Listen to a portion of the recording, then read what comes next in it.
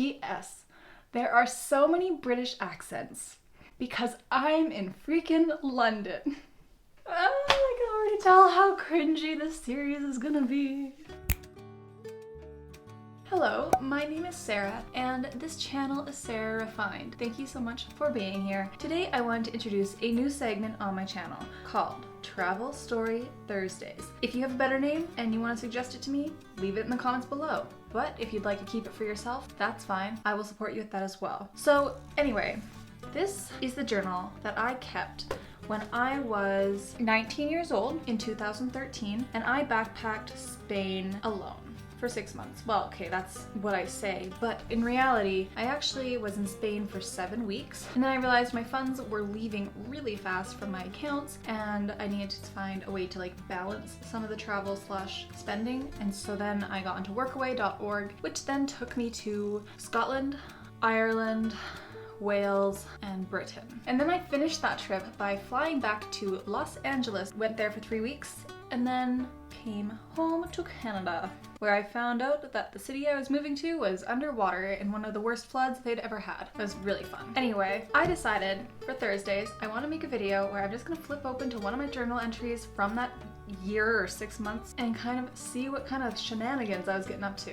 Okay, so January 15th, 2013, I hadn't left yet. I was going to leave on January 19th, I think. So my first entry is just about Spain. So I just wrote about how there are 50 provinces and 17 regions. As if that's not confusing, some of these regions are allowed to be in the fast route and the rest had to be in the slow route. And I still to this day don't fully understand, so if you do, please leave me a comment or DM me because I like to learn and not look stupid. January 19th, 2013. Dear Alex, I wrote everything like I was writing letters to her, by the way. Oh my gosh. Where do I begin? Well, okay, first, the plane was enormous, and I got the seat beside the toilets and behind the screaming toddler. However, I did get dinner and breakfast / lunch, and tons of movies and music on the computer in front of me. So the flight was really good.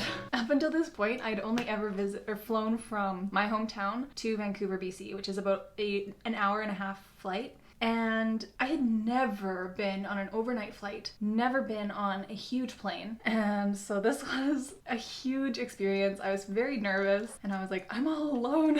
I also had told my parents, you can read my blog or I'll email you. But other than that, we're cutting off contact because I just want to be independent and cool. And now my little sister's planning on doing the same thing and I'm terrified. So Mom and Dad, sorry. Thanks for just knowing I'd be okay because I don't know how. So then I went on to talk about the Heathrow Airport. Terminal 5 is maybe slightly larger than the entire Vancouver airport, and that's one freaking terminal in all caps. This airport has its own subway just so people have a chance to get into their flight. I have gotten so lost in the Heathrow Airport so many other times. So this whole like the terminals are huge thing and they're hyper confusing. I still relate. 7.5 years later, I still super relate. So carrying on. So I stepped off the plane and walked to where everyone else went. I ended up at the underground, noticed I didn't have a gate number on my ticket, and then noticed my flight wasn't even on the board. I saw one of the flight attendants and she put me on the train to Terminal B. I know, letters and numbers? WTF! Then I walked in the creepiest purple, yes, purple terminal for like 5 minutes, oh tunnel, not terminal, until I ended up right where I started and no less confused. In fact, I was probably more confused. Of course, as soon as I got to the top of the escalator, the elevator doors across the hall opened and all the rest of my flight attendants and our co-pilot stepped out. I gave them the universal face of help, which is eyes full of tears and a lost / high look on my face. How would I reenact that? I'm not going to go with a face full of tears right now, but like, what's the lost / high look?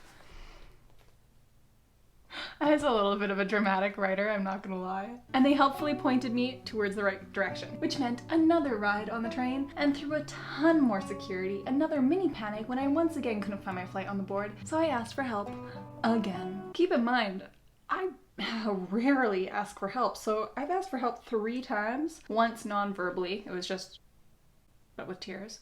And after walking past a mall, I am finally sitting in a cafe writing out the letter I began in my head 14 hours ago. I'm shaky, but I believe that has more to do with hunger and an overdose of caffeine and excitement rather than stress.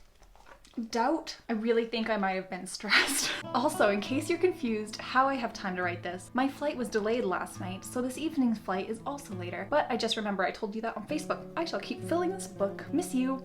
P.S.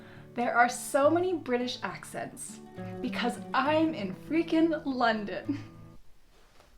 Oh, I can already tell how cringy this series is gonna be. The next day, an old Spanish señor just told me I was pretty after he talked about something I couldn't understand. But I heard para something guapa literally means handsome, but it's both feminine and masculine. Anyway, we'll save that for the next video. And that was my adventures of my first time in the Heathrow airport. I think most people have pretty good Heathrow first time stories. I would love to hear yours. Mine was full of shock and awe because my hometown terminal is maybe like a few houses large. Is that a measurement? No, it's not. I'd love to hear your stories. Please leave them down below, and if you'd like the idea of this series, leave me a comment letting me know you want to see more of it, and give this video a thumbs up. My name is Sarah. This channel is Sarah Refined, so some of these stories will not be getting shared because we are here showing me glowing up and getting better and improving. And when you are raised very sheltered, some of the things you say are not appropriate. So yeah. Anyway, thank you so much for watching. I will see you either Tuesday with a regular video or next Thursday with another Travel Stories Thursday. Bye! Oh, and please subscribe.